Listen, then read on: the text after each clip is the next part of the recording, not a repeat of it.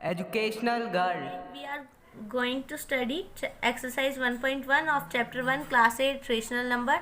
Okay, so first question is using appropriate properties find this. ठीक है, हमें appropriate properties का यूज़ करके इन क्वेश्चंस का आंसर निकालना है. ठीक है, प्रॉपर्टीज़ मैंने अपनी वीडियो 1 में डिस्क्राइब कर दी थी, कॉम्यूटेटिव, डिस्ट्रीब्यूटिव, एसोसिएटिव. ठीक है, तो first question is -2/3 into 3/5 plus 5/2 -3/5 into 1/6. ठीक है, अब आप देख सकते हैं कि 3/5 और 3/5 यहाँ पे सेम है, तो कॉमन लेंगे हम डिस्ट्रीब्यूटिव प्रॉपर्टी से, लेकिन उससे पहले हमें कॉम्यूटेटिव प्रॉपर्टी से इसे इधर करना होगा. ठीक है, क्योंकि a + b = b + a होता है. ठीक है, तो अगर हम इसे यहाँ रखें चाहे यहाँ रखें कोई फ़र्क नहीं पड़ता. ठीक है, सो -2/3 इंटू 3/5 इसको हम इधर ले आए, -3/5 इंटू 1/6 और 5/2 को यहाँ रख दिया. ठीक है, उसके बाद -2/3 इंटू 3/5 प्लस ये 3/5 ऐसे का ऐसे, और ये नेगेटिव साइन हमने इसमें ऐड कर दिया, -1/6 प्लस 5/2. ओके, तो इसके बाद 3/5 यहाँ से हम कॉमन ले सकते हैं डिस्ट्रीब्यूटिव प्रॉपर्टी से. ठीक है, डिस्ट्रीब्यूटिव प्रॉपर्टी होती है कि लेट करो अगर बाहर ब्रैकेट के यहाँ पे 1 होता, ठीक है, और अंदर 2 + 3 होता, तो 1 को हम पहले 2 से मल्टीप्लाई करते हैं और फिर 3 से. ठीक है, तो ऐसे ही हमने a की पहले b से मल्टीप्लाई करी तो ab, फिर प्लस, फिर a की c से मल्टीप्लाई करी तो ac. ठीक है, तो हमने यहाँ से ये कॉमन ले लिया डिस्ट्रीब्यूटिव प्रॉपर्टी से, 3/5 बाहर आ गया, तो अंदर बचा -2/3 प्लस -1/6 और प्लस 5/2. इसके बाद हम 3 और 6 का एलसीएम ले लेंगे. एलसीएम लेना सबको आता होगा, 3 और 6 का एलसीएम 6 आएगा.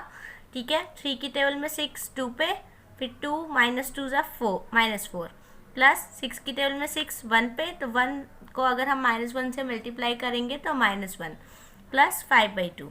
उसके बाद 3/5 -4 और -1/6 प्लस 5/2. जब दो डिजिट्स नेगेटिव नेगेटिव की होती हैं तो वो ऐड हो जाती हैं, लेकिन साइन हमेशा नेगेटिव आता है, तो -5/6 प्लस 5/2. अब ये डिजिट यहाँ पे ब्रैकेट के अंदर है, तो इसका मतलब ये यहाँ पे मल्टीप्लाई में है. अब हम ब्रैकेट को हटाएंगे और इसे मल्टीप्लाई में लिख देंगे. ठीक है, सो 5 से 5 कैंसिल आउट हो गया, फिर 3 की हम -1 से मल्टीप्लाई करी तो -3/6 प्लस 5/2. ठीक है, इसके बाद 6 और 2 का एलसीएम ले लो. यहाँ पे देख सकते हो आप एलसीएम लेना, 2 की टेबल में 2 1 पे और 2 की टेबल में 6 3 पे.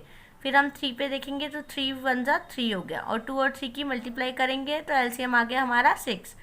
एलसीएम 6 आ गया, तो 6 की टेबल में 6 1 पे, 1 को -3 से मल्टीप्लाई किया तो -3.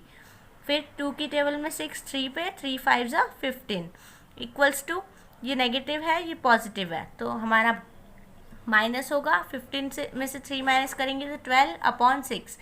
ठीक है, इसके बाद 6 को हम 12 से कैंसिल आउट कर देंगे. 6 की टेबल में 6 1 पे और 12 2 पे. ठीक है, तो आंसर आया हमारा 2. ओके, तो क्वेश्चन नंबर 1 का सेकंड पार्ट भी आप इसी तरीके से कर सकते हैं. पहले कॉम्यूटेटिव प्रॉपर्टी को अप्लाई करना है एंड देन डिस्ट्रीब्यूटिव. ये सेम फर्स्ट पार्ट की तरह ही होगा. Okay, now second question is right the additive inverse of each of the following. हमें इन पार्ट्स के एडिटिव इन्वर्स लिखने हैं. अब एडिटिव इन्वर्स होता क्या है? ठीक है, तो एडिटिव इन्वर्स होता है जैसे मान लो ये 2/8 है. ठीक है, हमें इसमें कोई ऐसी डिजिट ऐड करनी है जिसको ऐड करके 0 आ जाए, तो 0 हमारी जो होती है आइडेंटिटी होती है एडिशन की. ओके, तो मान लो जैसे हमें a डिजिट दी है, तो हम उसमें ऐसी क्या डिजिट ऐड करें कि वो 0 हो जाए, तो -a.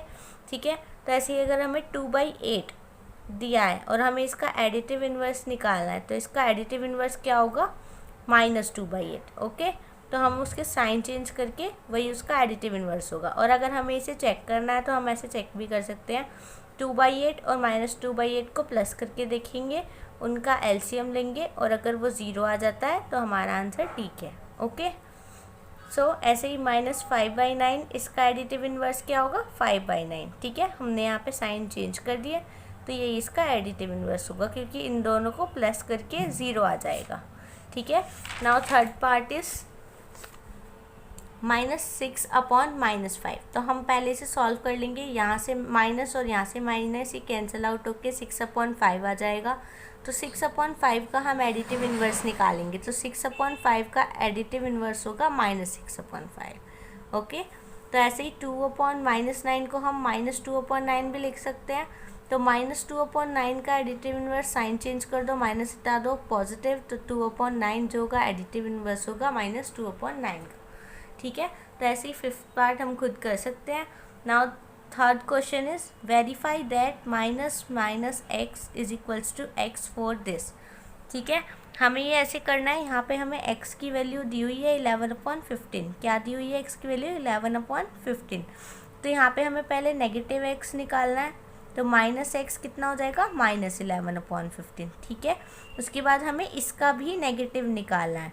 ठीक है, तो -x हमारा -11/15 था, फिर ब्रैकेट के बाहर एक और नेगेटिव आ गया, तो यहाँ भी माइनस। अब माइनस से माइनस कैंसिल आउट हो जाएगा मल्टीप्लाई में, तो ये क्या आ गया? 11/15। और 11/15 क्या है? हमारे क्वेश्चन वाले x के इक्वल है, तो ये हमारा वेरीफाई हो गया। ठीक है, ऐसे ही सेकंड पार्ट हम खुद करेंगे। ठीक है, now fourth question is find the multiplicative inverse of the following. हमें इन सब का मल्टीप्लिकेटिव इन्वर्स निकालना है। ठीक है, मल्टीप्लिकेटिव इन्वर्स होता है जैसे हमें कोई डिजिट दिया है, ठीक है, तो अगर हम उसका रेसिप्रोकल करके लिख देंगे तो वो हमारा मल्टीप्लिकेटिव इन्वर्स होगा। जैसे कि a है, तो a का मल्टीप्लिकेटिव इन्वर्स हमारा 1/a होगा। क्यों? क्योंकि 1 जो होती है हमारी आइडेंटिटी होती है मल्टीप्लिकेशन की। ओके, जैसे एडिशन में 0 आइडेंटिटी थी, ऐसे ही मल्टीप्लिकेशन में 1 होती है। a और 1/a को मल्टीप्लाई करके हमारा 1 आना चाहिए। ओके, तो -13 है। फर्स्ट पार्ट क्या है? -13। हमें इसका मल्टीप्लिकेटिव इन्वर्स बताना है, तो इसका रेसिप्रोकल कर दो। क्या हो गया? -1/13। तो अगर हमें चेक करना है तो हम ऐसे चेक कर सकते हैं कि -13 की -1/13 से मल्टीप्लाई करें तो वो 1 आना चाहिए। ठीक है, तो ऐसे ही हम इसके सारे पार्ट सॉल्व कर सकते हैं। ओके, सिर्फ हमें इसमें रेसिप्रोकल करके लिखना है। तो एक बार हम क्वेश्चन नंबर 4th पार्ट भी समझ लेते हैं। जैसे -5/8 है इंटू -3/7 है। ठीक है, तो हम पहले इसे सॉल्व कर लेंगे। 5 3 ज़ा 15 और माइनस से माइनस कैंसल आउट, 8 7 ज़ा 56। ठीक है, तो हमें 15/56 का मल्टीप्लिकेटिव इन्वर्स बताना है। तो मल्टीप्लिकेटिव इन्वर्स निकालने के लिए हम रेसिप्रोकल कर देंगे, तो वो आएगा 56। So next question is number 5. Name the property under multiplication used in each of the following. ठीक है, हमें इन क्वेश्चंस में जो प्रॉपर्टी यूज़ हो रही है अंडर मल्टीप्लिकेशन, वो उन प्रॉपर्टी का नाम बताना है। ठीक है, so first part is -4/5 into 1 is equals to 1 into -4/5। तो इन दोनों अगर हम इसको मल्टीप्लाई करके देखें तो भी -4/5 आएगा, और इसको मल्टीप्लाई करके देखें तो भी -4/5 आएगा। तो इस प्रॉपर्टी का नाम क्या है? मैंने प्रॉपर्टीज़ अपनी फर्स्ट वीडियो में डिस्क्राइब कर दी थी, तो अगर किसी को समझना है तो आप वहाँ से समझ सकते हैं। वैसे अगर लेट करें तो a की वैल्यू हो गई -4/5 और b की वैल्यू हो गई 1। ठीक है, तो यहाँ पे भी ये पहले b है और ये a है, तो a into B is equals to, अगर b इंटू a आ जाता है तो वो कॉम्यूटेटिव प्रॉपर्टी होती है मल्टीप्लिकेशन की। ओके, ऐसे ही सेकंड पार्ट में भी सेम है कि a into B is equals to b into a हो रहा है। ठीक है, और आंसर सेम आएगा, तो यहाँ पे भी कॉम्यूटेटिव प्रॉपर्टी है मल्टीप्लिकेशन की। Now third part is a -19/29 into B की, यहाँ पे b जो है वो 1/a है, मतलब अगर हम इसका रेसिप्रोकल कर दें तो ये है, तो a into 1/a is equals to 1 आ रहा है। ठीक है, यही हो रहा है कि यहाँ पे मान लो ये a है, तो अगर हम इसका रेसिप्रोकल करके देखते हैं तो 29 ऊपर और -19 नीचे, तो ये 1/a हो गया और इक्वल्स टू क्या आ रहा है? 1, इसको सॉल्व करके। तो ये प्रॉपर्टी होती है हमारी मल्टीप्लिकेटिव इन्वर्स की। ठीक है, now next question is 6. Multiply 6/13 by the reciprocal of -7/16। हमें 6/13 की मल्टीप्लाई करनी है इसके रेसिप्रोकल से। ठीक है, तो पहले हमें इसका रेसिप्रोकल निकालना होगा। तो -7/16 का क्या रेसिप्रोकल होगा? रेसिप्रोकल का मतलब होता है उल्टा करना। ठीक है, न्यूमरेटर को ऊपर रख देना और डेनोमिनेटर को नीचे, तो 16 ऊपर हो गया और 7 नीचे, तो इसका रेसिप्रोकल हो गया -16/7। ठीक है, अब उसके बाद हमें इसमें 6/13 की मल्टीप्लाई करनी है। तो 6/13 को अगर हम -16/7 से मल्टीप्लाई करेंगे तो क्या आएगा, 6 16 जा -96 और 13 7 जा 91। तो ये हमारा आंसर हो गया। ठीक है। Now 7th question is tell what property allows you to compute 1/3 into 6 into 4/3 as 1/3 into 6 into 4/3। देखो, मान लो लेट कर लो कि 1/3 हमारा ए है, तो और लास्ट के ये 2 डिजिट्स ये बी है और ये सी है। तो बी और सी हमारे ब्रैकेट में है, ए इंटू ब्रैकेट बी इंटू सी। ठीक है। और ये सेम हो अगर ए इंटू बी ब्रैकेट में और इंटू सी के, तो ये हमारी कौन सी प्रॉपर्टी होती है, एसोसिएटिव प्रॉपर्टी। किसकी होती है, मल्टीप्लिकेशन की। ठीक है। So next question is question number 8। If is 8/9 the multiplicative inverse of -1/8 why और वाई नॉट। हमें ये बताना है क्या -1/8 का जो मल्टीप्लिकेटिव इनवर्स है वो ये है तो क्यों है और वरना क्यों नहीं है। ठीक है। तो अगर हम इसका मल्टीप्लिकेटिव इनवर्स निकालें तो पहले हमें इसे सॉल्व करना पड़ेगा। सॉल्व करने के लिए 8 1 जा 8, 8 + 1 9, तो 9/8। तो इसका सॉल्व करके आया -9/8। अब हमें -9/8 का मल्टीप्लिकेटिव इन्वर्स निकालना है। मल्टीप्लिकेटिव इन्वर्स का मतलब होता है रेसिप्रोकल कर दो। ठीक है। तो इसका रेसिप्रोकल कर देंगे तो -8/9 आ जाएगा। ठीक है। तो हमारा इसका मल्टीप्लिकेटिव इन्वर्स का आंसर ये आया, 8/9 नहीं आया। ठीक है। -8/9 आया। ठीक है। तो इस वजह से 8/9 हमारा मल्टीप्लिकेटिव इन्वर्स नहीं है इसका। ठीक है। So next question is 0.3 the multiplicative inverse of 3 whole 1/3। क्या 0.3 मल्टीप्लिकेटिव इन्वर्स है इसका। ठीक है। तो पहले हमें इसको सॉल्व करना पड़ेगा क्वेश्चन नंबर 8 की तरह। तो अगर हम इसे सॉल्व करेंगे तो 3 3 जा 9, 9 + 1 10, तो 10/3। तो अब हम इसका मल्टीप्लिकेटिव इन्वर्स देखें तो 3/10 हो जाएगा। और 3/10 को अगर हम 3 को 10 से डिवाइड करते हैं तो 0.3 आ जाएगा। Okay. So next question is right first the rational number that does not have a reciprocal. हमें एक ऐसा रेशनल नंबर बताना है जिसका रेसिप्रोकल नहीं हो। ठीक है। तो हम ऐसा रेशनल नंबर होते हैं पहले p/q की फॉर्म में होते हैं। ठीक है। और q डजंट इक्वल्स टू 0 होता है। ठीक है। तो अब हमें ऐसा रेशनल नंबर ढूंढना है जिसका कोई भी रेसिप्रोकल नहीं हो। तो 0 एक हमारा ऐसा रेशनल नंबर है कि उसका रेसिप्रोकल नहीं होता, क्योंकि 0 के नीचे अगर हम 1 लेट कर लें तो अगर हम उसका रेसिप्रोकल करेंगे तो वो आएगा 1/0 और 1/0 नॉट डिफाइंड होता है। यहाँ पे q जो होता है वो 0 के इक्वल हो गया। तो ये एक तो रेशनल नंबर है ही नहीं। तो इस वजह से 0 एक ऐसा रेशनल नंबर है जिसका रेसिप्रोकल नहीं होता। Okay. So now second part is the rational number that are equal to their reciprocals। ठीक है। अब हमें यहाँ पे ऐसे रेशनल नंबर बताने हैं कि वो अपने ही रेसिप्रोकल के इक्वल हो। जैसे लेट हम एक 1 मान लेते हैं। ठीक है। तो अगर हम 1 का रेसिप्रोकल करके देखें तो 1/1, अगर इसका रेसिप्रोकल भी करेंगे तो भी 1 ही आएगा। ठीक है। तो ऐसे ही अगर हम -1 का रेसिप्रोकल करेंगे तो वो भी -1 ही आएगा। ठीक है।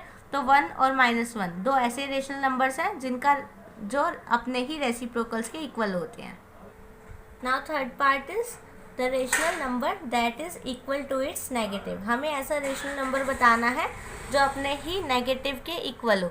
जैसे 1 और -1 अगर हम देखें तो 1 अलग है और -1 अलग है। ठीक है। तो हमें ऐसा रेशनल नंबर बताना है जो अपने नेगेटिव के इक्वल हो। तो 0 एक ऐसी डिजिट है, चाहे उसे पॉजिटिव 0 ले लो या नेगेटिव 0, वो 0 ही रहता है। ठीक है। तो now next question is fill in the blanks.